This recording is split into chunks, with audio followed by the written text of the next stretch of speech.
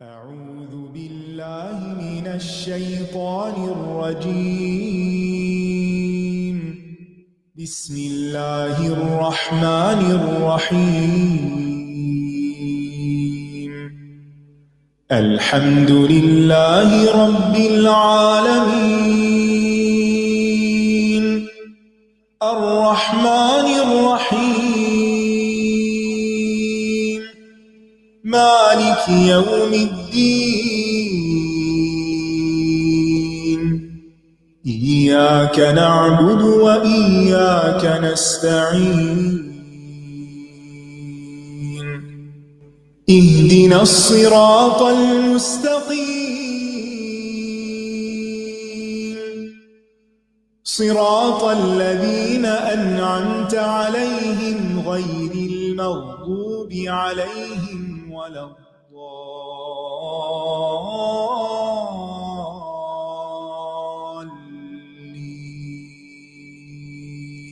Recording in progress.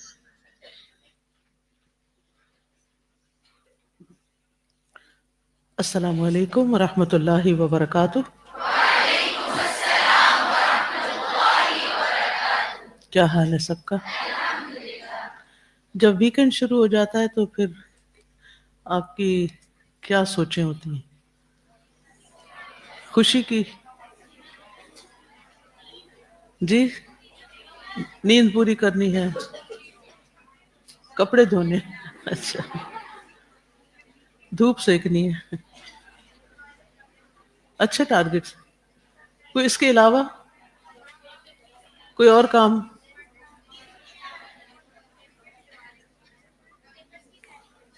یہ تو کام سبھی کرتے ہیں نا، یہ تو ہماری ضروریات ہیں اور ان کو تو ہم پورا کرتے ہی رہتے ہیں۔ تو ہم کوئی صرف ضروریات پوری کرنے کے لیے تو زندہ نہیں ہے نا؟ کیا خیال ہے؟ کیا ہم صرف اپنی ضروریات پوری کرنے کے لیے زندہ ہیں یا کوئی اور کام بھی ہے ہمارا؟ اور کام بھی ہیں۔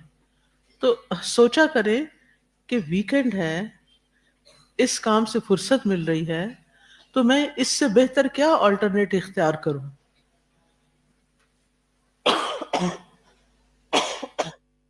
کہ ہر روز جتنا میں اجر کماتی ہوں اس میں کمی نہ آئے۔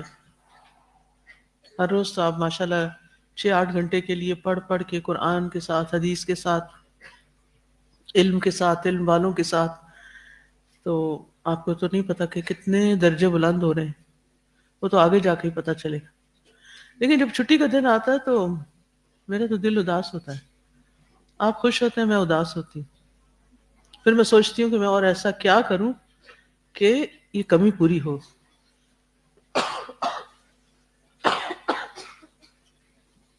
آپ کو پتا میں کینیڈا میں سیٹرڈے اور سنڈے دونوں دن کلاسز لیتی ہوں۔ تدبر قرآن کی یہ کلاس جو یہ سیٹرڈے اور سنڈے دونوں دن ہوتی ہے۔ پھر آپ لوگ تو ہوتے نہیں سنڈے کو، تو پھر میں خالی ہال کو تو نہیں پڑھا سکتی، تو اس لیے پھر الحمدللہ آؤٹ ڈور سیشنز ہو جاتے ہیں۔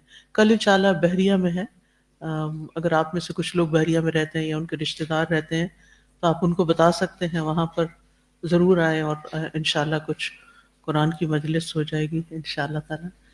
تو کچھ نہ کچھ آلٹرنیٹ بنایا کریں۔ جی، ہاسٹل والے ہاسٹل میں ہوتے ہیں، ہاں ٹھیک ہے۔ تو وہ اب تو میں نے اپنے سارے سنڈے بزی کر لیے ہیں، ورنہ میں کسی اور وقت میں آپ کے ساتھ بیٹھوں گی، آپ لوگوں کے ساتھ انشاءاللہ تعالی، انشاءاللہ۔ اور اس ہفتے ہماری جو کلاس ہے غلطیوں کی اصلاح والی، وہ 6 بجے شام ہوگی، ٹھیک ہے؟ تھوڑا میں نے اس کو پیچھے کیا ہے کیونکہ 7 o'clock ذرا اتنی میں فریش نہیں ہوتی، تو 6 o'clock انشاءاللہ تعالی۔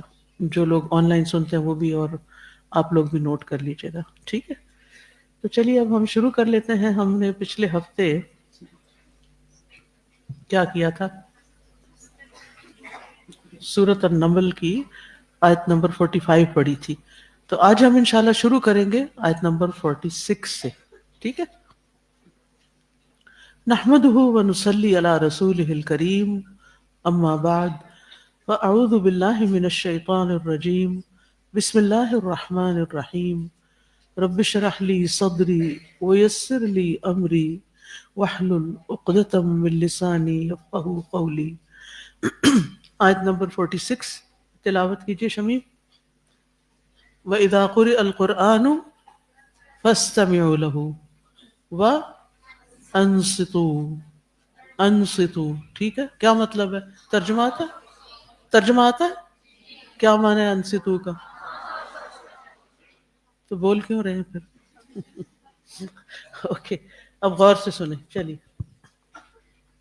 قال يا قوم لم تستعجلون بالسيئة قبل الحسنة لولا تستغفرون الله لعلكم ترحمون.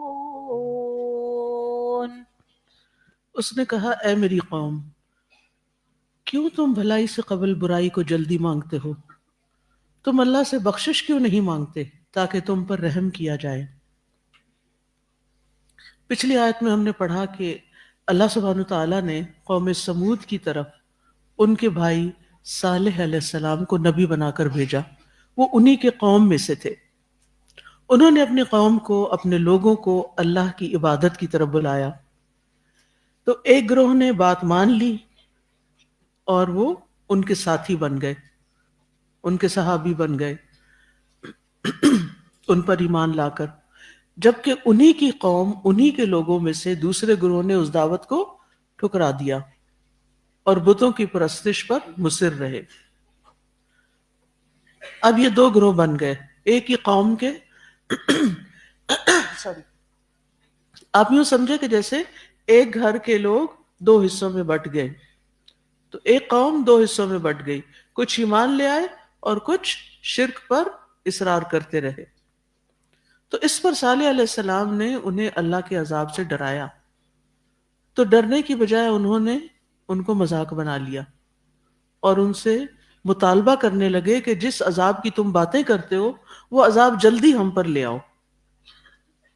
تو صالح علیہ السلام نے کہا کہ بجائے اس کے کہ تم اللہ پر ایمان لا کر اس کی رحمت کے طالب بنو، تم سزا مانگ رہے ہو. یعنی کسی انسان کی عقل ماری جاتی ہے جب وہ ایسی باتیں کرتا ہے کہ ہاں مجھ پر یعنی میری موت جلدی آ جائے، مجھ پہ عذاب آ جائے، مجھ پہ مصیبت آ جائے. ایسی باتیں کون کرتا ہے؟ اگر کوئی کرے تو آپ اس کو کیا کہیں گے کہ اس کا تو لگتا ہے دماغ صحیح نہیں ہے، ایسا دماغ چل گیا. تو اسی ریفرنس سے پھر یہ آیت نازل ہوئی. اور ایک اور بات ہم نے بڑی اہم پڑھی تھی کہ دونوں گروہوں کے درمیان پھر اختلاف ہو گیا اور ایمان والوں کی مخالفت، نبی کی مخالفت پر لوگ ڈٹ گئے. تو اس سے یہ بھی بات ہم نے سیکھی تھی کہ جب کوئی انسان حق بات کرتا ہے، لوگوں کو خیر کی طرف بلاتا ہے، تو ضروری نہیں کہ سارے لوگ اس کی بات مان جائیں، اس کی مخالفت ہوتی ہے.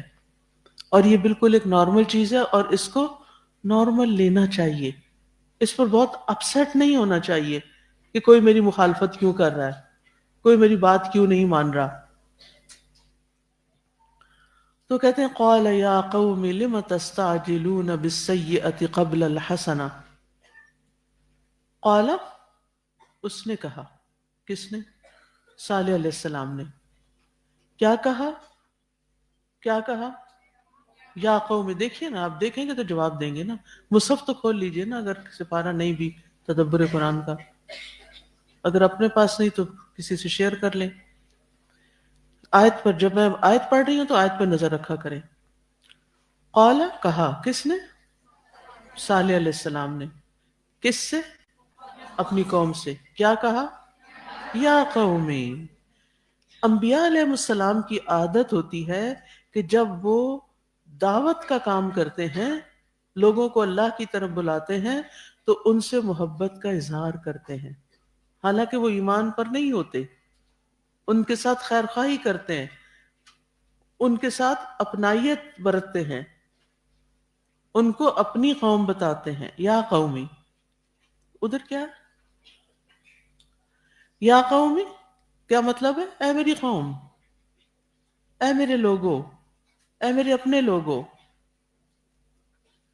یعنی وہ انہیں یاد دلاتے ہیں کہ وہ انہی میں سے ایک ہیں، یہ آپ کے اپنے ہیں. کیونکہ جب تک داعی اور مدعو، یعنی دین کی دعوت دینے والا اور جس کو دی جا رہی ہے، ان کے درمیان اپنائیت نہیں ہوگی تو میسج کنوے نہیں ہو سکتا. تو یہ اجنبیت نہیں ہونی چاہیے.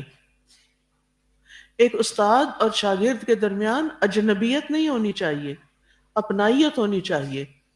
شاگردوں کو بھی اپنا بچہ سمجھنا چاہیے. جس کو بھی آپ کچھ سکھا رہے ہیں ان کو اپنا سمجھ کے سکھائیں، غیر نہیں. یعنی میں تمہیں میں سے ایک ہوں، تمہاری طرف بھیجا گیا ہوں. لیکن وہ قوم کیسی تھی؟ انتہائی جلد باز. اسی لیے انہوں نے کہا لم تستعجلون، کیوں تم جلدی مچا رہے ہو؟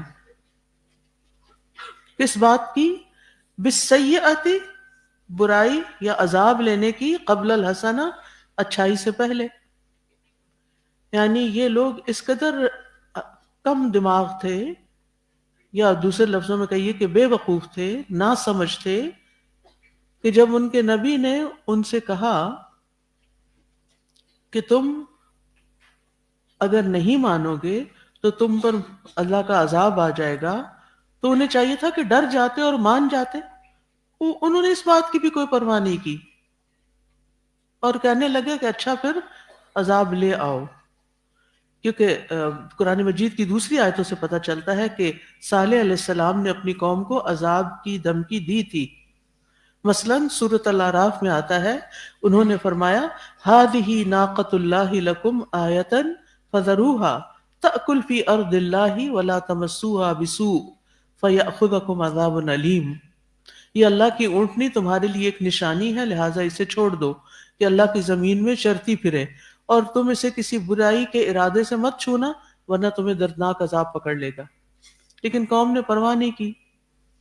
انہوں نے کیا کہا؟ سورۃ الاعراف میں ہی آتا ہے، آگے جا کر 77 آیت میں، ائتنا بما تعدنا ان کنت من المرسلین، لے آؤ جس کی تم ہمیں دھمکی دے رہے ہو اگر تم رسولوں میں سے ہو. تو ان کے نبی نے کہا لم تستعجلون بالسیئۃ قبل الحسنہ، تم کیوں عجلت کرتے ہو؟ آخر کیا وجہ ہے کہ تم عذاب مانگ رہے ہو رحمت کی بجائے؟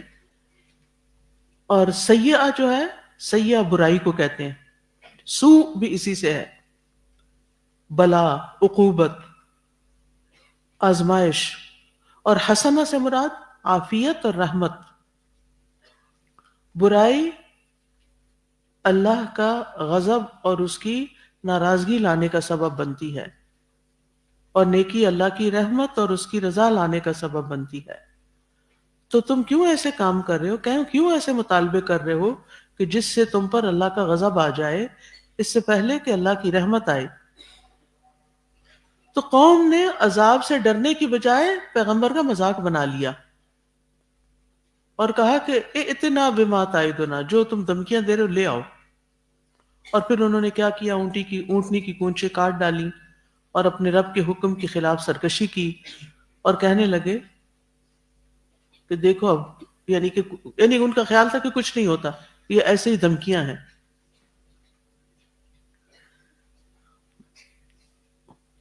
اس سے یہ بات پتہ چلتی ہے کہ اگر ہمیں کوئی نصیحت کرے، اگر ہمیں کوئی سمجھائے، اگر ہمیں کوئی سخت الفاظ میں بھی سمجھائے تو اس کو مذاق نہیں بنانا چاہیے، اس کو اگنور نہیں کرنا چاہیے. بعض بچے ہوتے ہیں نا کہ ماں باپ کے پیار کو بھی نہیں سمجھتے اور ان کی ڈانٹ کو بھی نہیں سمجھتے، وہ وہی کرتے رہتے ہیں جو وہ کرتے ہیں. تو نتیجہ کیا ہوتا ہے؟ پھر کامیاب ہو جاتے ہیں زندگی میں؟ نہیں. تو نصیحت سن کر اللہ سے ہدایت، رحمت، توفیق اور اطاعت کی توفیق کا سوال کرنا چاہیے. یعنی ہمیں کیا کرنا چاہیے؟ جب قرآن مجید پڑھ رہے ہوں، سن رہے ہوں، تو پھر وہ پڑھتے اور سنتے ہوئے اللہ تعالیٰ سے ساتھ ساتھ دعا کرنی چاہیے کہ اللہ تعالیٰ تو ہمیں عذاب سے بچانا اور ہم پر اپنی رحمت نازل فرمانا. لہذا انہوں نے اپنی قوم سے کہا لولا تستغفرون اللہ، تم اللہ سے بخشش کیوں نہیں مانگتے؟ عذاب مانگنے کی بجائے بخشش مانگو. لعلکم ترحمون، تاکہ تم رحم کیے جاؤ، یعنی تاکہ اللہ تعالیٰ تم پہ رحم فرمائے. تو گویا جب قوم نے سرکشی کی انتہا کر دی اور نبی کو چیلنج کر دیا کہ آپ جو عذاب لانا چاہتے ہیں لائیں، تو انہوں نے پھر بھی سمجھایا پھر بھی کہا کہ تم استغفار کرو، گناہوں سے توبہ کرو، عذاب مت مانگو. اور یہاں جو انداز ہے نا، لولا، کیوں نہیں، ایسا کیوں نہیں کرتے، یعنی ایسا کر لو، ٹھیک ہے، تاکہ تم پر اللہ کی رحمت آئے. تو اس سے ایک بڑی اہم بات پتہ چل رہی ہے کہ استغفار عذاب کو دور کرنے والا اور رحمت لانے والا ہے. اگر کوئی انسان کسی مشکل میں گرفتار ہے، کسی تکلیف کا شکار ہے، کسی آزمائش کا شکار ہے، اپنی زندگیوں پہ غور کیجئے کہ اگر آپ کی زندگی میں کوئی تکلیف دہ چیز ہے، کوئی پریشانی ہے، کوئی بے چینی ہے، کوئی ایسی مشکل ہے کہ جس کا آپ کو کوئی حل نظر نہیں آتا، تو کیا کریں؟ استغفار کی کثرت کر دیں. دل گھبرائے، دل گھٹے، کوئی خیالات پریشان کریں، کوئی ایسے وہم آئے دل میں، یا کوئی حقیقی چیز ہو زندگی میں جو آپ کو خطرہ نظر آ رہا ہے، یا آپ کسی مشکل میں پھنس چکے ہیں، تو کیا کریں؟ مثلا مشکل میں کیا پھنسنا؟ جیسے کسی غلط ریلیشن شپ میں پھنس چکے ہیں. کئی بچیاں ہوتی ہیں نا، ینگ ہوتی ہیں، نادان ہوتی ہیں، ماں باپ سے ڈانٹ ڈپٹ پڑتی ہے، تو کوئی لڑکا ان کو پیار بھری باتیں کر کے، کوئی اچھا سا ٹیکسٹ میسج کر کے پھانس لیتا ہے، اور وہ سمجھتی ہیں کہ بس یہی دنیا میں سب سے زیادہ مجھے چاہنے والا ہے.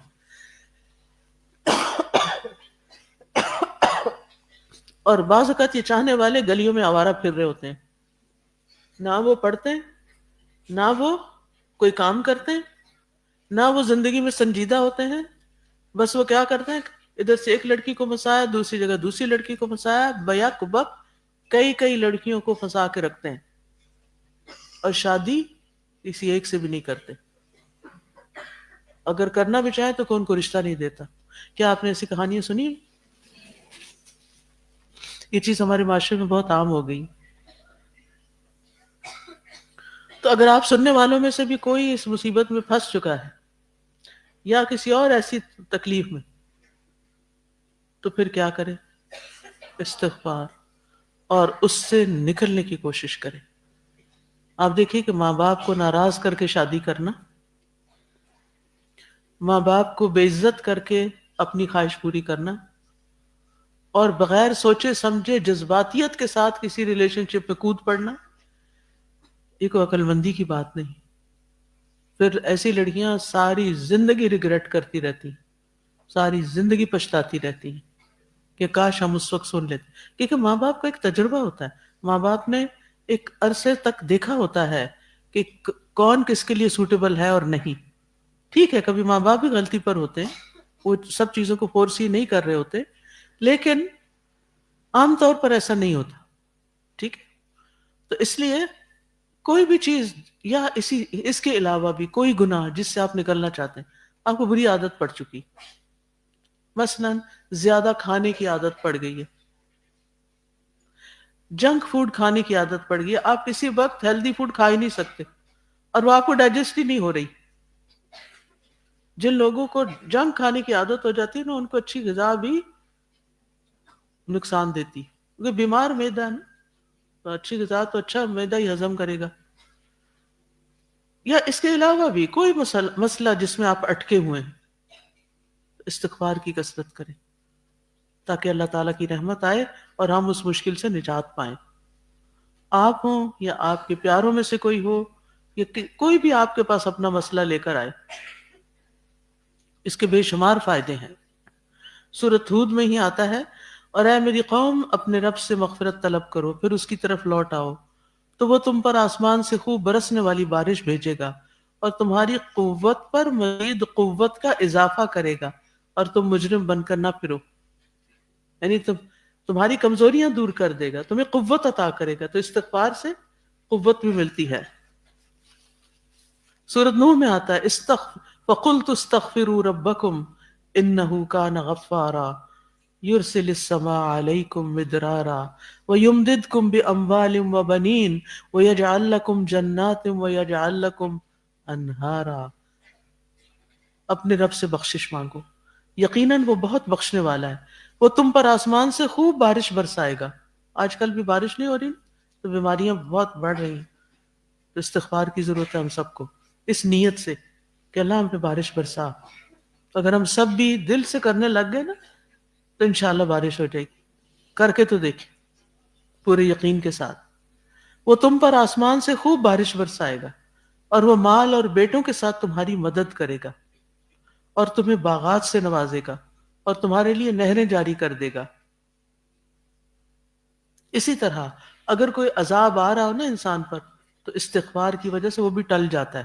کوئی مصیبت آ رہی ہو تو استغفار سے وہ بھی دفع ہو جاتی ہے. سورۃ انفال میں آتا ہے وما كان الله ليعذبهم وانت فيهم وما كان الله معذبهم وهم يستغفرون. اور اللہ ایسا نہیں ہے کہ وہ انہیں عذاب دے جبکہ آپ ان میں موجود ہوں، اور اللہ انہیں کبھی عذاب دینے والا نہیں جبکہ وہ بخشش مانگ رہے ہیں. کتنی خوبصورت بات. اور اللہ انہیں کبھی عذاب دینے والا نہیں جبکہ وہ بخشش مانگ رہے ہوں. گویا آپ بخشش مانگتے رہیں گے تو آپ پر عذاب وبال نہیں آئے گا. حل موجود ہے قرآن میں لیکن ہم ان کو اختیار نہیں کرتے اور پریشان رہتے ہیں ہر وقت. پریشانیوں سے باہر نکلیے تاکہ زندگی میں کچھ کر سکیں. اسی طرح استغفار کے سبب امن ملتا ہے. نبی صلی اللہ علیہ وسلم نے فرمایا انسان جب تک اللہ عز و جل سے استغفار کرتا رہتا ہے اس وقت تک اللہ تعالیٰ کے عذاب سے محفوظ رہتا ہے.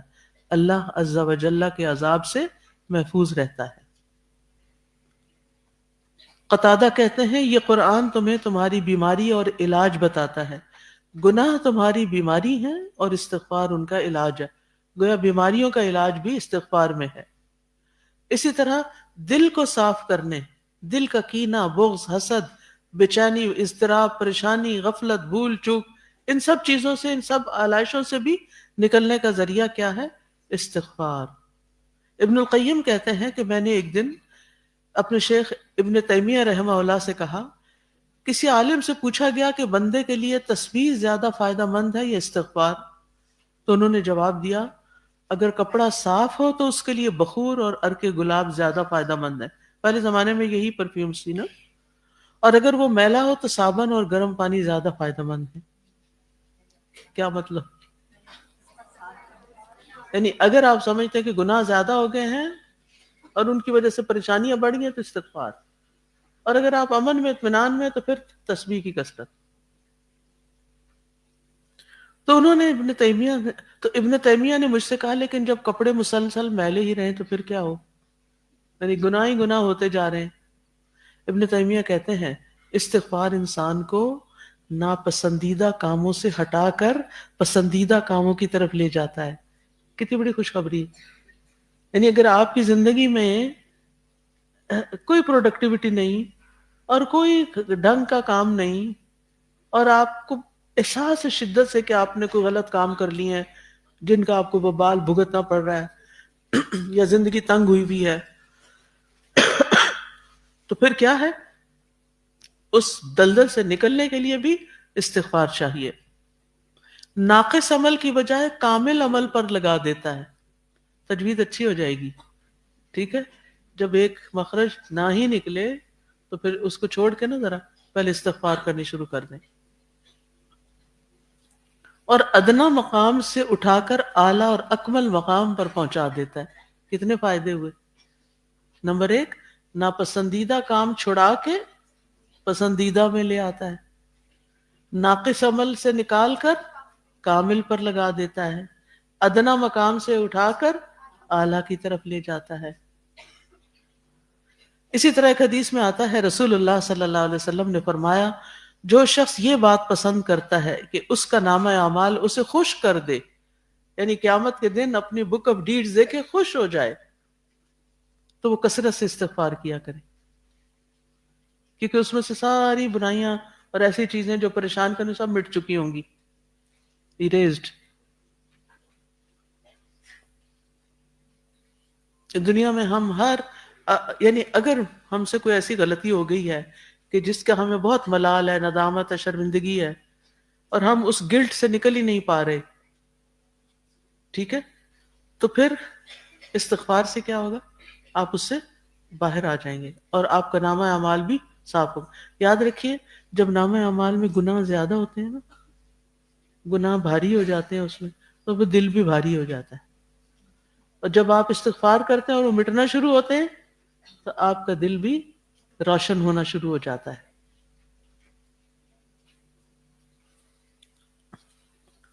رسول اللہ صلی اللہ علیہ وسلم نے فرمایا، اے عورتوں کے گروہ صدقہ کرتے رہا کرو اور استغفار کثرت سے کیا کرو، کیونکہ میں نے دوزخ میں جانے والوں میں سے زیادہ تر عورتوں کو دیکھا ہے. ان عورتوں میں سے ایک عقل مند عورت نے عرض کیا، ہمارے کثرت سے دوزخ میں جانے کی وجہ کیا ہے؟ آپ نے فرمایا، تم کثرت سے لعنت کرتی ہو، قرض کرتی اور اپنے خامند کی ناشکری کرتی. تو ان دو چیزوں سے بہت بچنے کی ضرورت ہے. تو بہرحال اس آیت سے جو باتیں ہم نے سیکھی، نمبر 1، ہر نبی اپنی قوم پر مہربان تھے. نمبر 2،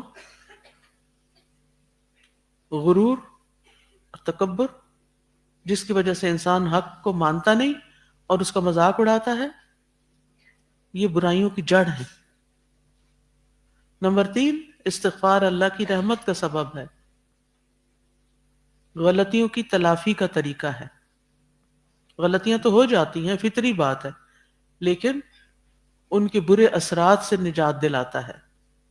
کوئی انسان یہ نہیں کہہ سکتا مجھ سے غلطیاں نہیں ہوئی، ہر ایک سے غلطی ہو جاتی ہے، لیکن اس کے جو برے نتیجے ہیں ان سے انسان نکل آتا ہے. کیونکہ انسان اگر برا کرتا ہے تو اس کو خود ہی بھگتنا ہوتا ہے نا اس کا نتیجہ. اگر آپ کوئی غلط فوڈ کھا لیتے ہیں تو کس کے پیٹ میں درد ہوگا؟ کھلانے والے کے یا کھانے والے کے؟ کھانے والے کے. لوگ تو آپ کو برائیوں کی طرف بلائیں گے، شیطان بھی برائیوں کو مزین کر کے خوبصورت کر کے دکھائے گا، لیکن اگر آپ نے وہ اس کی بات مان لی تو نقصان یا تکلیف کس کو ہوگی؟ آپ کو ہی ہوگی. لہٰذا اس کو ہٹانے کے لیے محنت کس نے کرنی ہے؟ آپ نے ہی کرنی ہے. تو وہ اس محنت کا ایک حصہ کیا ہے؟ استغفار. کیونکہ اگر انسان باز نہیں آتا نا، تو جب انسان کوئی غلطی کرتا ہے نا تو اس کا سب سے پہلا اثر یہ ہوتا ہے کہ دل پہ ایک سیاہ نقطہ لگتا ہے. ٹھیک ہے؟ اب وہ روشن چیز کے اندر ایک سیاہی لا گئی، اس کی وجہ سے وہ کنفیوژن کا شکار ہو جاتا ہے، اس کی سینسیٹیوٹی برائی کے بارے میں کم ہو جاتی ہے. انسان بار بار برائی کرتا ہے تو وہ اس کی جو حساسیت ہے پوری طرح ختم ہو جاتی ہے، انسینسیٹیو ہو جاتا ہے. اس کو احساس بھی نہیں رہتا کہ وہ برا کر رہا ہے، اس کو احساس بھی نہیں رہتا وہ اپنے ساتھ ظلم کر رہا ہے، اس کو احساس ہی نہیں رہتا کہ وہ جہنم کے راستے پہ چل رہا ہے، اس کو فیل ہی نہیں ہوتا. اس مسئلے کا اصل حل کیا ہے کہ انسان برائی کرنے کے بعد بھلائی کرے اور غلطی کا کھلے دل سے اعتراف کر لے. استغفار اصل میں کیا ہے؟ کہ اللہ میں گناہگار ہوں، آپ مجھے معاف کر دیں. تو جب وہ مان جاتا ہے نا اپنی غلطی، تو یہ تکبر کے خلاف ہے نا، اپوزٹ ہے، عاجزی اور انکساری ہے. تو پھر انسان کا دل دوبارہ روشن ہو جاتا ہے. اور بعض برائیاں ایسی ہوتی ہیں کہ جن کا اثر صرف ہماری ذات پہ نہیں پڑتا، ہمارے ساتھ بہت سے اور لوگ متاثر ہو جاتے ہیں. مثلا کل ہی پشاور کی ٹیم جو آئی ہوئی تھی تو وہ بتا رہے تھے کہ وہ لوگ جیل میں جا کے کام کرتے ہیں، ماشاءاللہ، اللہ تعالیٰ اور استقامت دے اور قبول فرمائے اور مواقع عطا کرے. تو بتا رہے تھے کہ اس میں ایک بڑی تعداد خواتین کی وہ ہے جنہوں نے قتل کیا ہوا ہے. خواتین، عام طور پہ مرد حضرات کے اندر یہ جرات ہوتی، لیکن عورتیں بھی بعض اوقات کئی تو اپنے ہی بچوں کو قتل کر دیتی، قاتلہ ہوتے ہوئے بھی ان کو احساس نہیں کہ ہم نے قتل کیے ہوئے، جو پیٹ کے بچے مار دیتی ہیں، ابارشن کرا دیتی ہیں یا اسی طرح کے غلط کام. تو کہ خیر انہوں نے تو کسی نے شوہر کو قتل کیا ہوا، تو کسی نے ساس کو کیا ہوا، تو کسی نے کسی اور کو کیا ہوا ہے. تو اب یہ جو قتل کا جرم ہے کوئی معمولی جرم نہیں. تو انہیں بار بار کیا سنایا جاتا تھا؟ تمہاری معافی نہیں ہو سکتی. اب جب کسی کو یہ کہا جائے تمہاری معافی نہیں ہو سکتی تو وہ پھر کیا کرے گا؟ اور دلیر ہوگا، وہ اس سے رکے گا تو نہیں نا، وہ باہر نکل کے تو پھر دوبارہ وہی کرے گا. تو الحمدللہ وہ کہتے ہیں کہ جس دن وہ جو بتا رہی تھی بات، ان کا نام مجھے یاد نہیں، کیا نام؟ فریدہ بتا رہی تھی کہ جس دن اور انہوں نے جیل کی خواتین کو یہ بتایا کہ وہ 99 کا قاتل جو ہے اس کا واقعہ سنایا. کہتی کہ وہ ان کے چہروں پہ ایک روشنی آ گئی, چمک آ گئی کہ اچھا ہمارا گناہ معاف ہو جائے گا. اب جس شخص کو یہ احساس ہو کہ میرا گناہ معاف ہو جائے گا, امید لگ جائے اس کو, تو وہ آئندہ ایک اچھا انسان بنے گا, وہ اس دلدل سے باہر نکل آئے گا. اس لیے لوگوں کو کبھی مایوس نہ کیا کریں. انہیں کہتے ان اللہ یغفر الذنوب جميعا, اللہ سارے گناہ معاف کر سکتا ہے. لہذا کچھ گناہ ایسے ہوتے ہیں کہ جن کا اثر صرف گناہ کرنے والے پہ نہیں ہوتا, پورے معاشرے پہ پڑتا ہے. اب آپ دیکھیں کہ ایک خاتون اگر قتل کے جرم میں جیل میں چلی جاتی ہے یا اس کو قتل کر دیا جاتا ہے, کیا وہ صرف وہ تکلیف اٹھائے گی یا کوئی اور بھی؟ وہ مقتول تو ہو گیا نا, ختم. لیکن اس کے اگر بچے ہیں یا اس کے گھر میں اور لوگ ہیں یا اس کے پیرنٹس ہیں, خاص طور پر آپ خود سوچیں کہ بچہ اگر غلط کام کرے تو والدین کا حال کیا ہوتا ہے, وہ جیتے جی مر جاتے ہیں. تو بعض برائیاں ایسی ہوتی ہیں کہ جن کے اثرات صرف ہمارے اوپر نہیں ہوتے, ہم اکیلے نہیں بھگتتے, ہمارے ساتھ پورا خاندان بھگتتا ہے پورے, اور آہستہ آہستہ پورا معاشرہ لپیٹ میں آ جاتا ہے. کیونکہ جس بچے کو یہ پتا ہو کہ میری ماں نے قتل کیا تھا, تو آپ سوچے وہ بڑا ہو کے کیا بنے گا, وہ کیا سوچے گا, اس کی تربیت کیا ہوگی. اس کے دل میں ماں باپ کے لیے بھی کوئی احساس نہیں, معاشرے کے لیے وہ انسینسٹیو ہوگا. پھر اگر کوئی اس کو کہے گا آؤ تم فلاں جگہ خود کچھ حملہ کر دو, اس کے لیے کوئی مشکل نہیں ہوگا, وہ انسینسٹیو ہو چکا ہے انسانی جان کو لینے کے معاملے میں. اب آپ میں سے کوئی کچھ کہنا چاہے تو موسٹ ویلکم. جی آپ نا آپ بھائی مائک دیجیے پیچھے.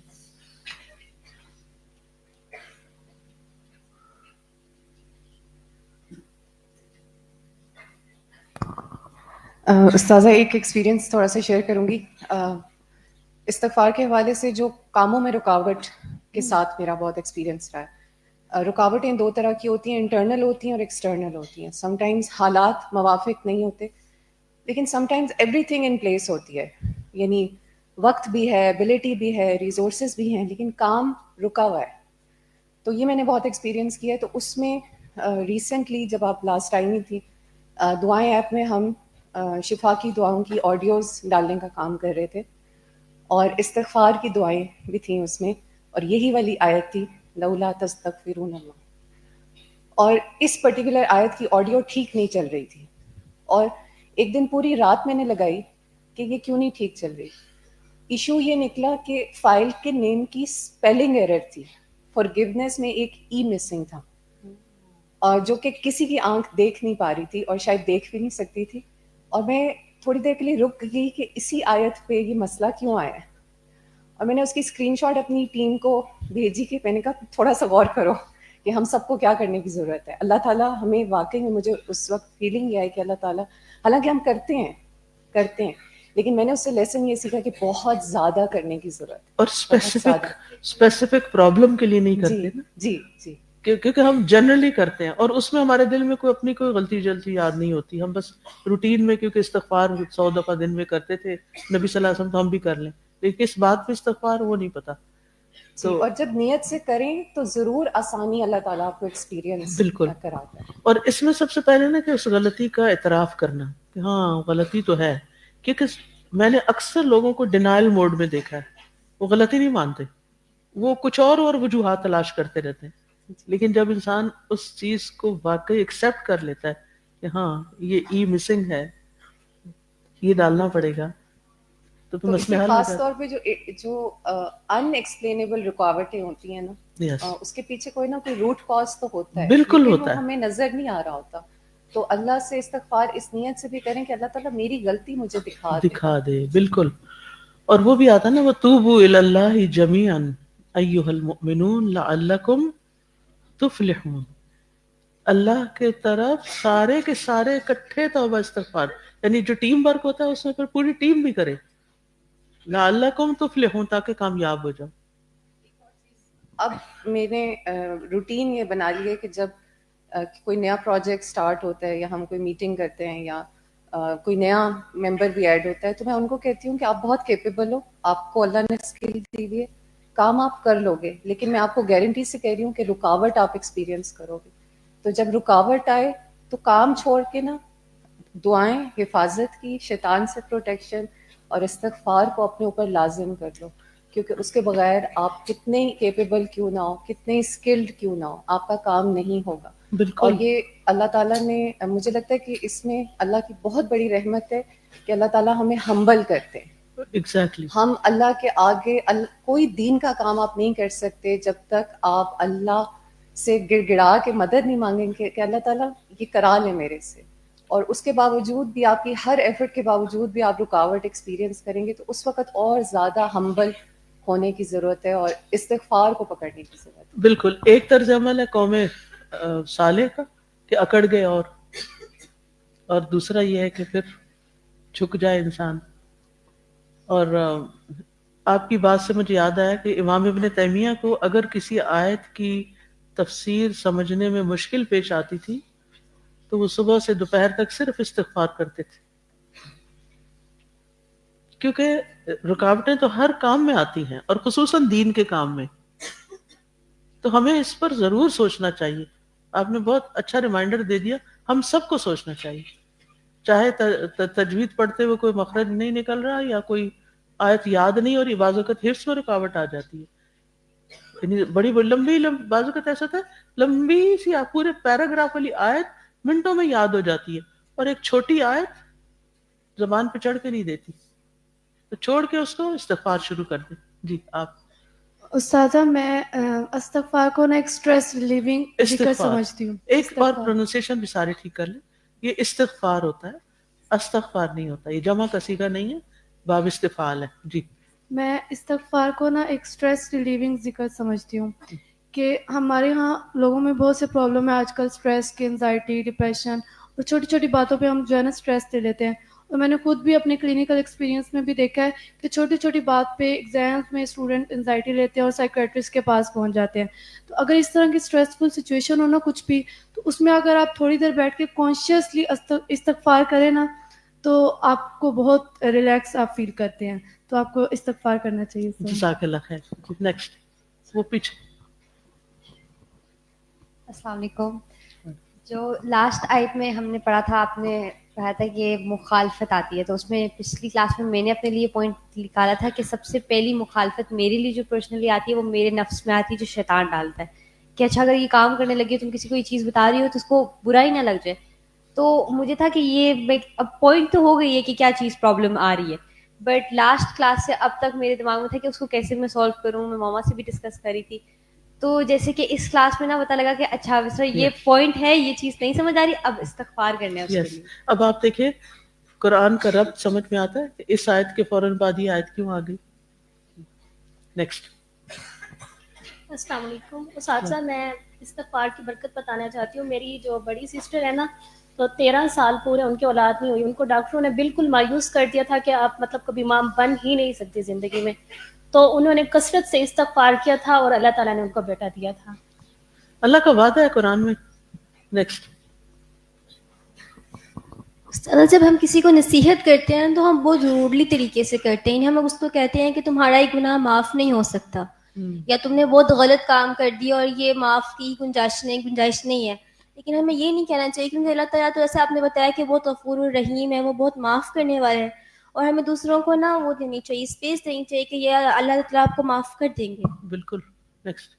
السلام علیکم ورحمۃ اللہ وبرکاتہ. نبی کریم صلی اللہ علیہ وسلم نے فرمایا کہ استغفار کی اتنی برکت ہے کہ جب کسی آدمی کا اونٹ بیابان میں گھوم جائے تو جب وہ اونٹ کو دیکھ کے جیسے خوش ہوتا ہے, ایسے ہی ہم استغفار کرتے ہیں تو اللہ سبحانہ تعالیٰ خوش ہو جاتے ہیں. تو ایسے ہی جب میں کہا پڑھتی ہوں جب جمعۃ المبارک کو, تو اس میں جیسے آتا ہے نا آیت نمبر 55 میں کہ جب لوگوں کے پاس ہدایت آ گئی اور پھر ان کو یعنی جب ان کے پاس ہدایت آ گئی اس بار وہ چاہتے ہیں کہ انہیں پہلے سے معاملہ پیش آ جائے یا ان کے سامنے عذاب آ جائے, یعنی استغفار کرنے کی اس میں بھی واقعہ میں بھی تاکید کی گئی ہے. اللہ ہمارے اوپر اس کو آسان کر دے. بہت شکریہ. مجھے ایک اور آیت بھی پڑھانی ہے. جی السلام علیکم. میں نے دیکھا ہے کہ لوگ استغفار کو ایسے پڑھتے ہیں کہ وہ صرف تسبیح پہ پڑھ رہے ہوتے ہیں. میں نے کئی دفعہ میرے خاندان میں بزرگ لوگوں کو دیکھا ہے کہ وہ صرف استغفار کو پڑھ رہے ہوتے ہیں اور وہ ورد کر رہے ہوتے ہیں, فلاں مولوی نے ہمیں ایسے بتایا یہ پڑھو اتنی دفعہ پڑھو, تو کبھی بھی شعوری طور پہ ہم نے اسے نہیں پڑھا. اور آج میں نے فرسٹ ٹائم اس کا اتنا زیادہ پڑھا اور مجھے پتہ چلا کہ اس کے کتنے فوائد ہیں, اور ہم لوگ صرف اس طرح کاؤنٹرز پہ اور تسبیحوں پہ صرف پڑھ رہے ہوتے ہیں. کبھی ہم نے اسے شعوری طریقے سے مانگا نہیں, تو اس کے فوائد ہمارے تک پھر پہنچتے بھی نہیں ہیں. کبھی جزاک کبھی اللہ کہا خیر. کہ نہیں میں کاؤنٹ لیس پڑھوں گی, تسبیح کرنی پکڑوں گی, پھر آپ دیکھیں تھوڑی دیر میں بھول بھی جائیں گی کہ پڑھنی تھی. اپنے آپ کو روک کے رکھنا بھی ایک کام ہے. پیچھے. السلام علیکم. کائنڈ آف کوشچن ہے یہ کہ لائک آپ کے سم ٹائمز آپ جانتے ہیں کہ آپ سے گناہ ہو رہے, ٹھیک ہے, مطلب آپ اس کو برا سمجھتے ہیں, لیکن گناہ کرتے ہوئے آپ ہوتے کہ آپ کو کہ لیکن پھر بھی آپ اس میں اتنا ملوث ہوتے ہیں کہ آپ اپنے آپ کو اپنے نفس کو آپ روک نہیں پاتے, ٹھیک ہے. تو مجھے سم ٹائمز فیل ہوتا ہے کہ یار یہ چیز بری ہے, میں نے you need to stop this. تو لیکن جیسے آج آپ نے بتایا کہ آپ دل بے چین ہوتا ہے, تو اس کا بھی ریزن, اس کا بھی سولوشن جو ہے وہ یہ کہ اللہ تعالیٰ سے آپ بخشش مانگیں کہ اللہ تعالیٰ مجھے اس چیز سے بھی روک دے. وہ تو اللہ تعالیٰ کے ہاتھ میں ہے نا, کہ آپ الحمدللہ برا تو سمجھ رہے ہیں, اللہ کا شکر, لیکن یہ چیز مجھے بہت ڈسٹرب کرتی ہے سم ٹائمز کہ میں برا سمجھتے ہوئے بھی. پریکٹیکل ٹپ یہ ہے کہ وہ ماحول چھوڑ دیں, تبدیلی لائیں, چینج. ٹھیک ہے انشاءاللہ. میں آن لائن بھی لے لوں ایک. ہما سمی. جی استاد جی, دو چیزیں تھیں. ایک تو یہ کہ قال یا قوم سے دل میں بہت زیادہ ایک بہت انسپائر کر رہی تھی یہ چیز کہ جب ہم کسی سے, یعنی کہ انبیاء کا ان کا جو یہاں پہ ہمیں پتہ چلتا ہے کہ بغیر جج کیے ہوئے اچھی امید کے ساتھ انہوں نے بلایا نا. اور میں یہ سوچ رہی تھی کہ ہم جب کسی کے ساتھ بات کرتے ہیں, کسی کو دین کی دعوت دیتے ہیں, اس کی اصلاح کرتے ہیں, تو ہمارا انداز کیسا ہوتا ہے نا, وہی پٹ آف کر دیتا ہے دوسروں کو. اور پھر وہی بات ان کے عمل میں بھی نظر آ رہی تھی, کتنی اپنائیت کے ساتھ, کتنی محبت کے ساتھ دوسروں کو نصیحت کر رہے تھے. اور استغفار کے حوالے سے بھی آپ بات کریں گی تو یہ الحمدللہ عملی ایک پریکٹیکل چیز اسٹوڈنٹس کے ساتھ کروائی جاتی ہے حفظ کے کورس میں خاص طور پر, کہ اگر ان کو مشکل پیش آ رہی ہوتی ہے تو ان کو یہی گائیڈ کیا جاتا ہے کہ آپ ساری چیزوں کو چھوڑ کر استغفار کریں کثرت سے. اور بہت زیادہ اسٹوڈنٹس کا اس کے بارے میں اچھا فیڈ بیک بھی آتا ہے کہ الحمدللہ ہمارا دل جو ہے وہ ایک دم سے اطمینان میں آ جاتا ہے, فوکس ہو جاتے ہیں.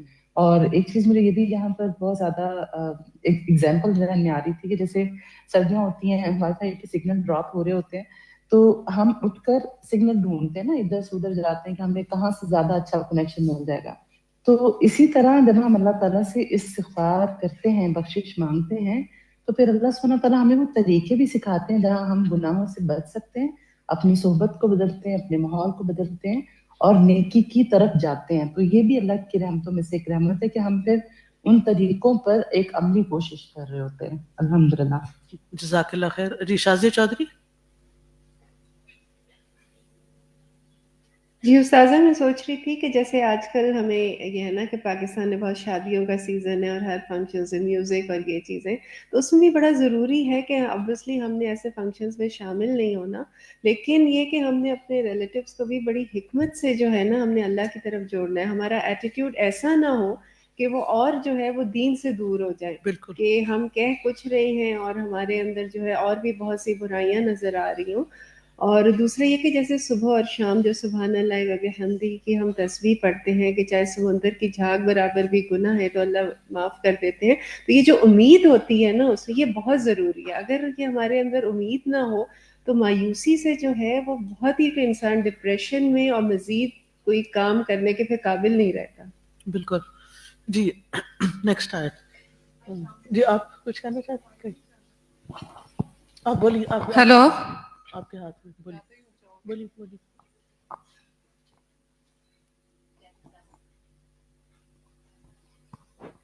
پیاری استاذہ, جب استغفار کی بات ہوئی نا, تو اس میں آپ دیکھیں ہماری یہ مینٹل اور ایموشنل ویل بینگ کے لیے بہت زیادہ ضروری ہے. ایک تو آپ دیکھیں اس سے اسٹریس ریڈکشن ہوتی ہے, جب ہم استغفار کرتے رہتے ہیں مسلسل ہمیں احساس ہوتا ہے ہم اپنے گناہوں کی معافی مانگتے ہیں. دوسرا استاذہ جی دیکھیں ہمارے برین میں جو نیورو ٹرانسمیٹرز ہیں وہ جب ہم استغفار کرتے ہیں تو ایک ڈوپامین اور سیروٹونین جیسا کچھ جو ریلیز کرتے ہیں, وہ اس سے ہمارے ایک پورا جسم جو ہے وہ کام اور ایک پیس میں آ جاتا ہے. تو جیسے بھی آپ نے جیلز کی بات کی نا, تو استاذہ میں خود جب جا کے وہاں پر ہم یہ بات کرتے ہیں تو وہ خواتین جو ان کے چہرے جس طرح ہم شروع میں گئے تو وہ ایک اتنی اسٹریسڈ آؤٹ مایوسی. اور اتنی مایوسی، اور وہ کہتی تھی فائدہ کیا، ہم کیوں قرآن پڑھیں، ہم کیوں نماز پڑھیں، اس کا فائدہ کیا ہوگا. تو پھر جب ان کو یہ قرآن کی، جب ان کو استغفار اور توبہ اور اس کی گلیڈ ٹائڈنگس جیسے اللہ تعالیٰ رسول اللہ صلی اللہ علیہ وسلم فرماتے ہیں نا کہ بشروا ولا تنفروا، ان کو خوشخبریاں دی، تو پھر استاذہ ایک دم سے اتنی وہ ریلیکس ہو جاتی ہیں، اور الحمدللہ بہت فرق آیا ہے پھر ان کے عمل میں. نفیسہ. السلام علیکم ورحمۃ اللہ. دو چیزیں میں نے اپنے لیے بہت امپورٹنٹ سیکھیں. ایک تو یہ کہ as an educator, as a teacher, کبھی بھی اپنے جس کو ہم سکھا رہے ہیں اس کو غیر اور اجنبی نہیں سمجھنا. کسی کو بھی کچھ سکھانے کے لیے اس سے پہلے اپنائیت کا ایک تعلق برقرار رکھنا ہے. بلکہ اگر اب جدید جو پیرنٹنگ ایکسپرٹس بھی ہیں وہ بھی اس چیز کا بڑا پرچار کرتے ہیں کہ کنیکشن بیفور کریکشن. اب اگر آپ نے ایز اے پیرنٹ بھی اپنے بچے سے کوئی کام کرانی ہے تو پہلے اس کے ساتھ کنیکشن بلڈ کرنا ہے، اس کے بعد کریکشن پاسبل ہے، اس سے پہلے کریکشن نہیں ہو سکتی. سیکنڈلی جو یہ آیت تھی کہ آپ سیئہ کیوں مانگ رہے ہو حسنہ سے پہلے، تو آئی واز تھنکنگ کہ بعض اوقات کچھ سچویشنز میں جب ہم اسٹک فیل کرتے ہیں یا کوئی آزمائش پرولونگ کر جاتی ہے تو وی فیل لائک کہ بس اب جو ہونا ہے وہ ہو جائے، یا آر ہو یا پار ہو. اور بعض اوقات ہم اس جلد بازی میں، عجلت میں کچھ غلط اپنے لیے مانگ رہے ہوتے ہیں جو کہ ہمارے لیے حسا نہیں، وہ سیئہ ہوتا ہے. یہ بڑا اہم نکتہ ہے کہ بعض اوقات جلد بازی میں ہم اپنے لیے برا مانگ لیتے ہیں، یا بچوں کے لیے ایون. تو ایسے موقعوں پہ بجائے کہ ہم جلد بازی کا مظاہرہ کریں، استغفار کی کثرت کر لیں. بالکل بالکل. یعنی بعض بچے ماؤں کو بہت تنگ کرتے ہیں نا، تو مائیں غصے میں آ کہتے ہیں اللہ اٹھا لے اس کو. یہ کبھی نہ کہیں، آپ کو نہیں پتا کہ اسی کے اندر سے کتنی خیر نکل جائے گی. بس صبر سے کام لیں، برائی نہ مانگے کبھی بھی. جی میں نے استاد آپ سے سوال پوچھنا تھا کہ ہم لوگوں پہ جب بہت زیادہ پرابلمز آتی ہیں اور ہم استغفار بھی کر رہے ہوتے ہیں اور اللہ سے مانگ بھی رہے ہوتے ہیں اور اس کی حکمت سے مانگ رہے ہوتے ہیں جو ہمارے لیے بہتر ہے، لیکن اس میں ظاہری بات ہے اللہ کو بہتر پتہ ہے کہ کچھ کب ہمیں دینا ہے، ہم صبر کر رہے ہوتے ہیں، لیکن بعض دفعہ ہمارا دعاؤں مانگنے کا سلسلہ بہت طویل ہو جاتا ہے. تو ایوب علیہ السلام کو یاد کر لیا کرے، 18 سال بیمار رہے تھے، اور پھر جو اللہ کی رحمتیں آئیں وہ دنیا میں شاید ہی کسی پہ آئی ہوں. نیکسٹ آیا جی، تلاوت کیجئے. قالوا اطيرنا بك وبمن معك قال طائركم عند الله بل أنتم قوم تفتنون. انہوں نے کہا ہم تجھ سے اور تیرے ساتھیوں سے برا شگون لیتے ہیں. کہا تمہاری بدشگونی اللہ کے پاس ہے، بلکہ تم ایسے لوگ ہو جو آزمائے جا رہے ہو.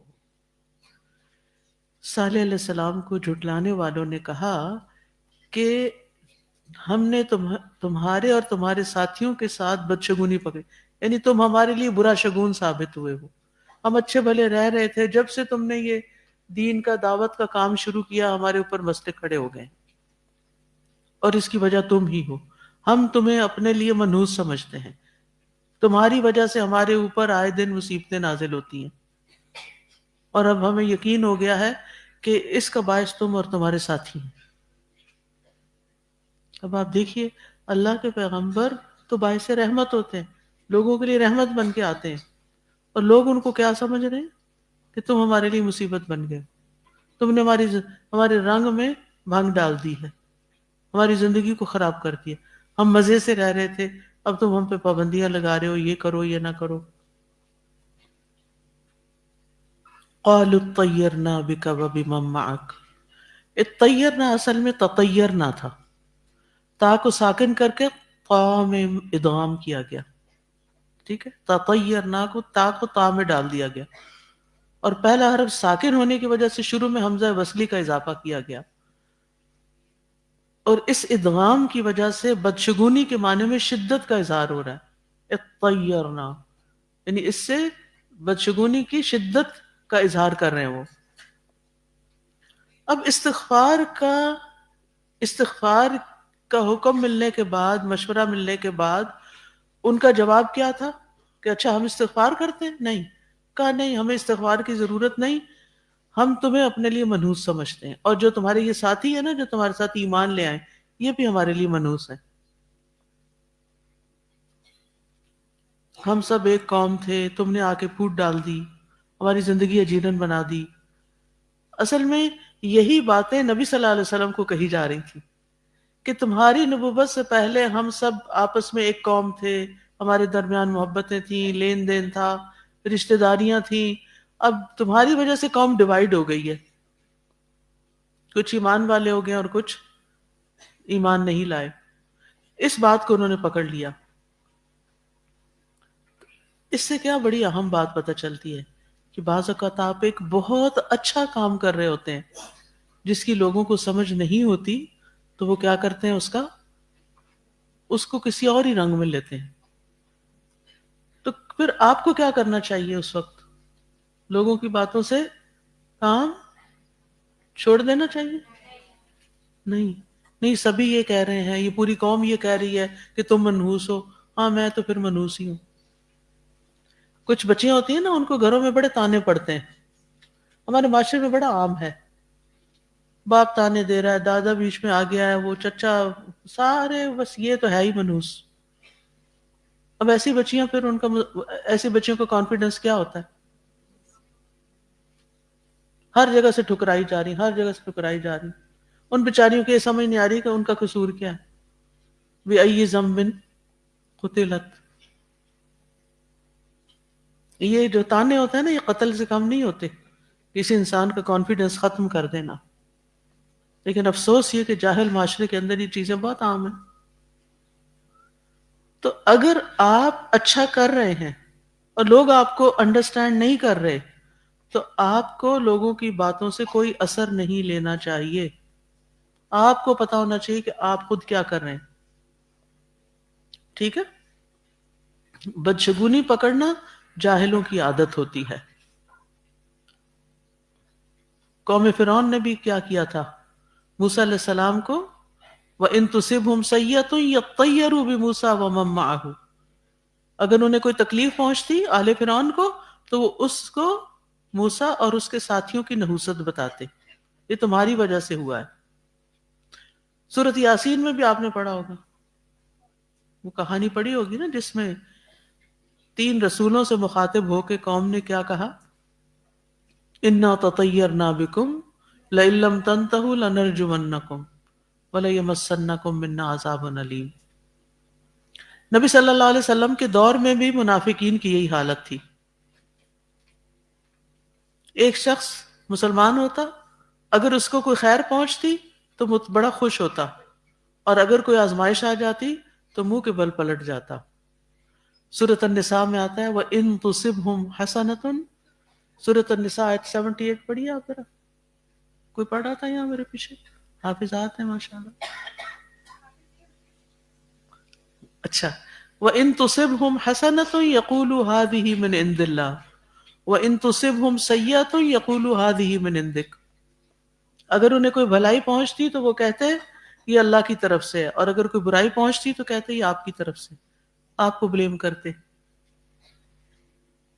اور آج بھی ایسا ہوتا ہے. بعض لڑکیوں کی شادی کسی خاندان میں ہو کر آتی ہے تو وہ کوئی ان کے گھر پہ بیماری آ جاتی ہے یا کوئی اور تکلیف آ جاتی ہے تو وہ کیا کہنے لگتے ہیں؟ یہ اس کی وجہ سے، اس سے پہلے تو ہم ٹھیک ٹھاک تھے، جب سے یہ آئی ہے یہ مسئلے کھڑے ہو گئے. حالانکہ وہ ایک نیک لڑکی ہوتی، لیکن شیطان اس طرح کے خیالات دل میں ڈال دیتا ہے. اس کا جواب کیا دیا انہوں نے؟ قال طائرکم عند اللہ.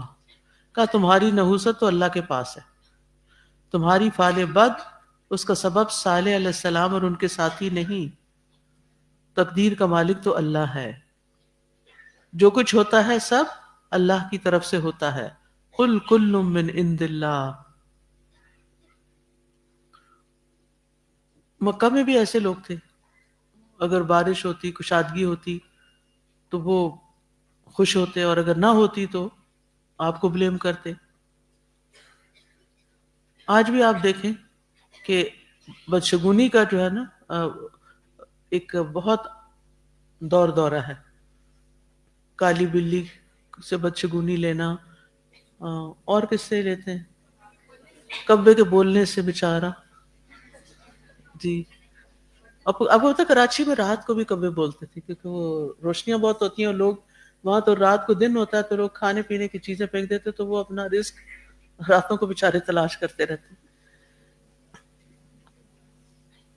میں جب 2001 میں شاید کینیڈا گئی تو اس وقت کسی جگہ پر میرا درس تھا. درس کے بعد وہاں پر اس طرح تھا اونچی جو بڑی بڑی ہائی رائزز ہوتے ہیں بلڈنگز ہوتی ہیں ان کے نیچے کمیونٹی ہال ہوتے ہیں اور پھر اوپر گھر ہوتے ہیں.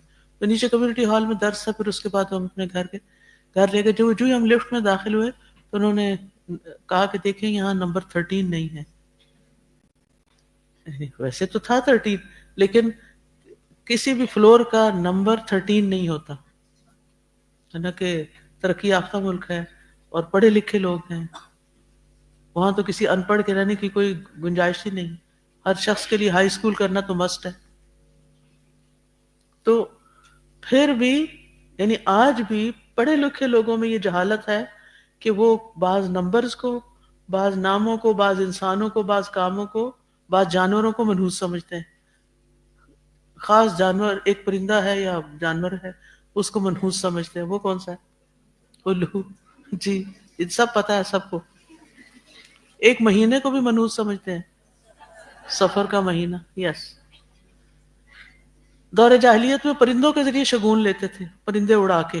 جب کوئی تجارت وغیرہ کرنے کے لیے سفر کرنا چاہتا تو وہ 2 پرندے پکڑتے اور اڑاتے یا ایک پرندہ لے کے چھوڑتے. اگر وہ دائیں طرف جاتا تو کہتے کہ سب ٹھیک ہے مجھے یہ بزنس کر لینا چاہیے. ہاں جی ہاں جبت اور طاغوت میں آتی ہیں. ہم مسلمانوں کا عقیدہ کیا ہے؟ ہر چیز اللہ کی تقدیر سے ہے. قل لن یصیبنا الا ما كتب اللہ لنا. ہمیں کچھ مشکل نہیں آ سکتی مگر جو ہمارے لیے لکھی جا چکی ہے. حدیث میں آتا ہے اگر امت اس پر جمع ہو جائے کہ تمہیں کسی چیز سے نفع پہنچائے تو وہ تمہیں نفع نہیں پہنچا سکتی مگر اسی چیز سے جو اللہ نے تمہارے لیے لکھی ہے. اور اگر وہ اس پہ جمع ہو جائیں کہ تمہیں کسی چیز سے نقصان پہنچائیں تو وہ نقصان نہیں دے سکتے مگر اسی چیز سے جو اللہ نے تمہاری لکھی ہے. رزق تقسیم شدہ ہے، اجل مقرر ہے، قلم خشک ہو چکا ہے، صحیفے اٹھا لیے گئے ہیں. کوئی انسان کسی کا کچھ نہیں بگاڑ سکتا. یہ عقیدہ توحید، عقیدہ تقدیر جو انسان کو کتنا ہی یعنی مضبوط کرتا ہے اندر سے. تو پھر یہ ہے کہ طاہرکم عند اللہ، تمہاری تو بدشگونی اللہ کے پاس ہے. اور پھر نبی صلی اللہ علیہ وسلم نے اس سے منع بھی کیا ہے. آپ نے فرمایا وہ ہم میں سے نہیں جو بدشگونی لیتا ہے یا اس کے لیے بدشگونی لی جاتی ہے، یا کاہن ہے یا اس کے لیے کوئی کاہن ہے. اگر کبھی کوئی کسی چیز سے بدشگونی لے تو پھر کیا کرے؟ اس کے لیے کیا کرے؟ یعنی بعض اوقات ایسا ہوتا ہے نا کہ کسی چیز کو برا شگون سمجھ کے کام سے رک جاتے ہیں.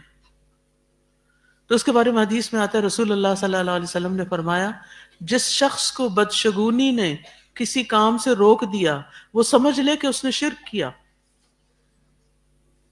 شرک ہے الطیرۃ شرک. صحابہ نے پوچھا یا رسول اللہ اس کا کفارہ کیا ہے؟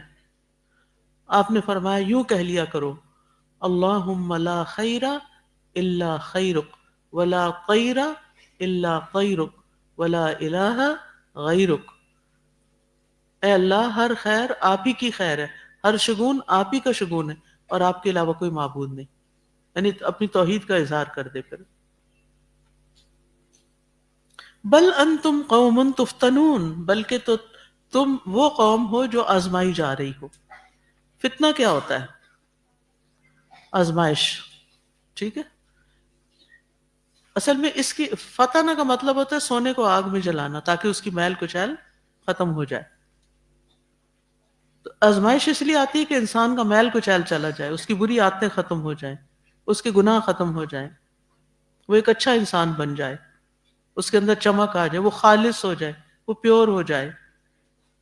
اور اللہ تعالیٰ نے فرما دیا وَنَبْلُوكُمْ بِالشَّرِّ وَالْخَيْرِ فِتْنَةً وَإِلَيْنَا تُرْجَعُونَ، اور ہم تمہیں آزمانے کے لیے برائی اور بھلائی میں مبتلا کرتے ہیں اور تم سب ہماری ہی طرف لوٹائے جاؤ گے.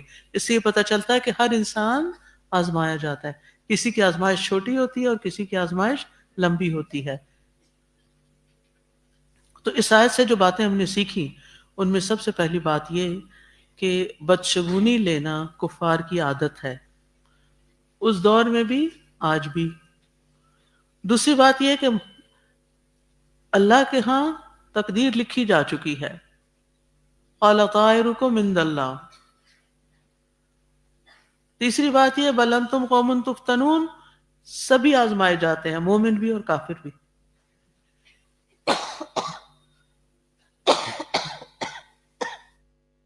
سب کی آزمائش ہوتی ہے. وہ نان بلیورز تھے، ان کو کہا گیا بل انتم قوم تفتنون.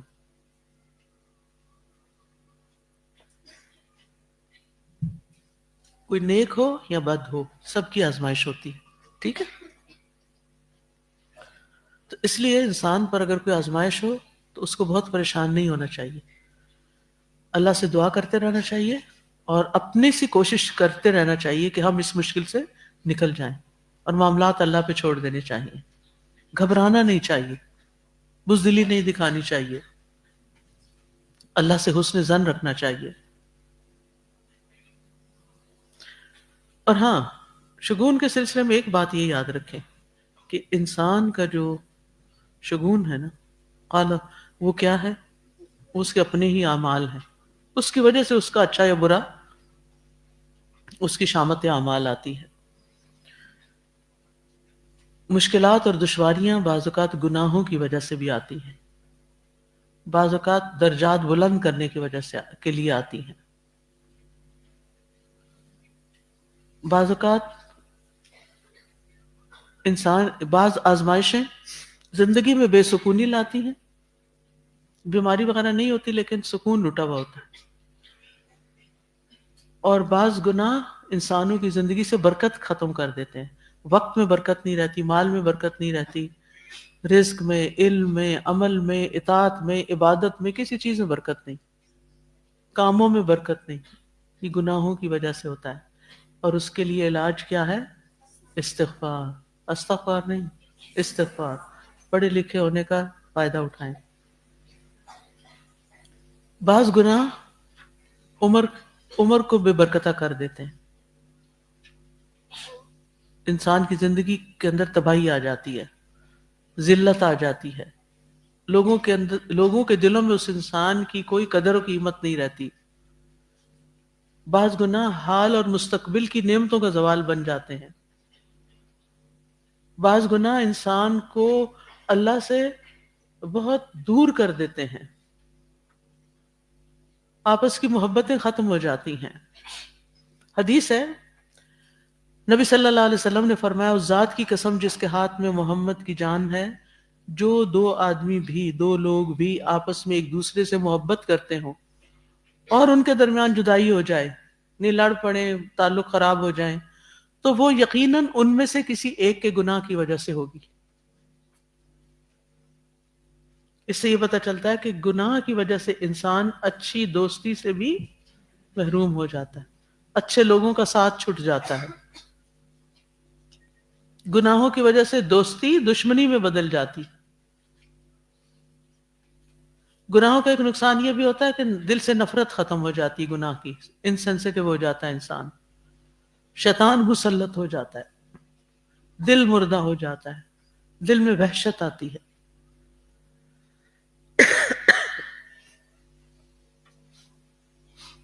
نیکسٹ آیت پڑھیں. جی آپ کچھ کہنا چاہ رہی تھی، مائک لے کے کہیے. استاذہ جی 47 آیت میں قوم صالح کی کم عقلی کا بھی اندازہ ہو رہا ہے، جس سے معلوم ہو رہا ہے کہ گناہ انسان کی عقل کو بھی ناقص کر دیتے ہیں. بالکل. کہ اپنے برے اعمال پر نظر نہیں رکھ کے نبی کی نصیحت کرنے والا ہے اس کو ملامت کر رہے ہیں. بالکل.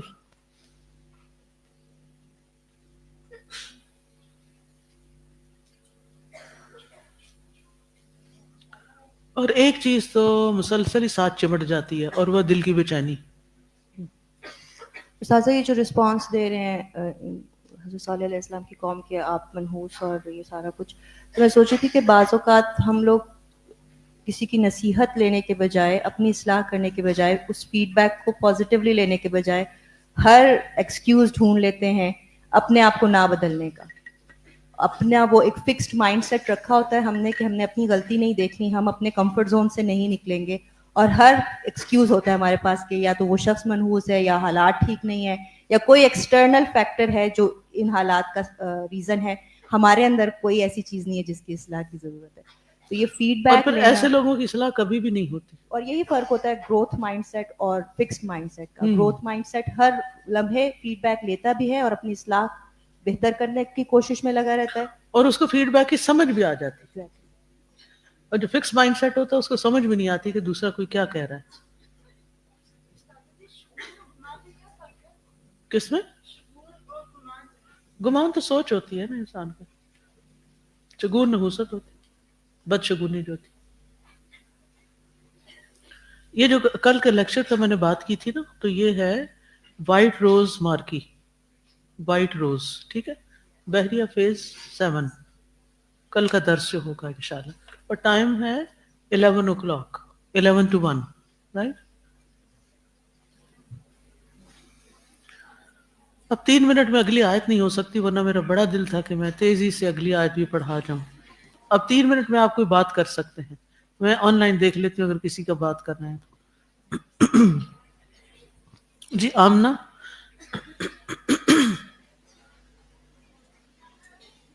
اتنی دیر آپ آرام سے بیٹھے اور 3 منٹ آپ کے لیے صبر مشکل ہو گیا. السلام علیکم. وعلیکم السلام, بولیے.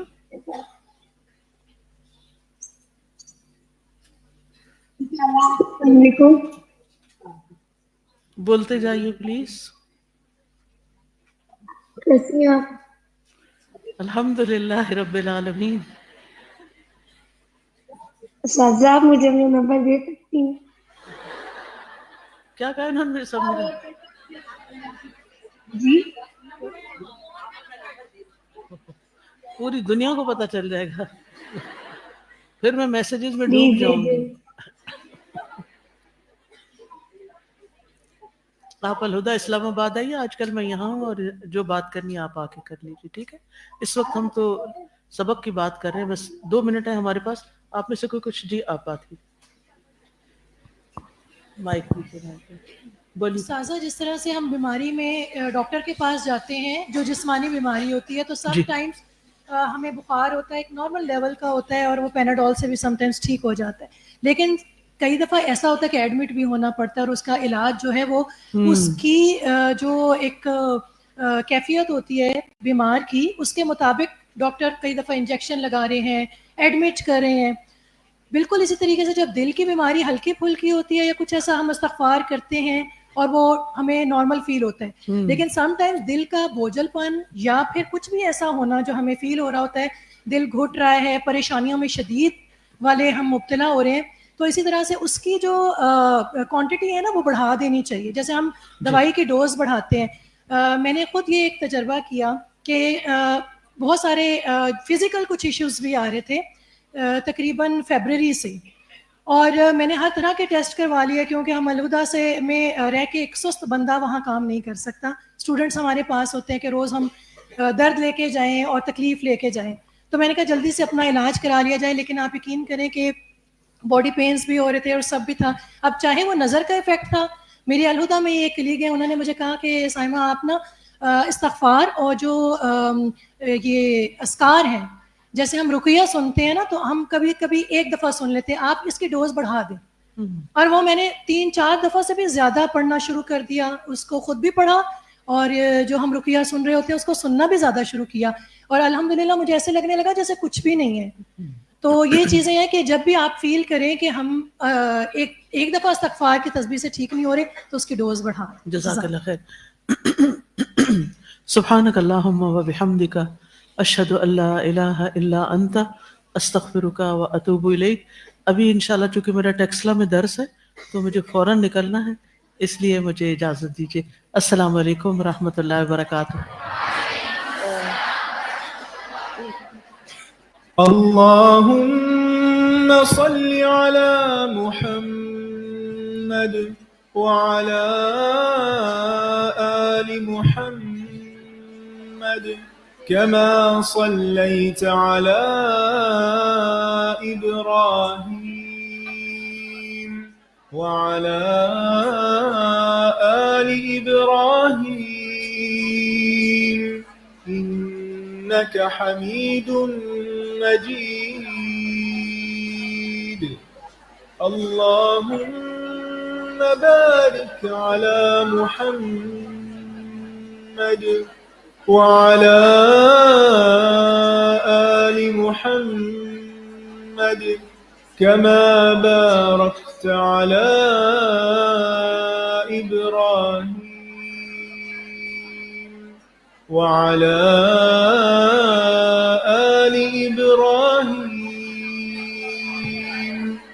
إنك حميد مجيد.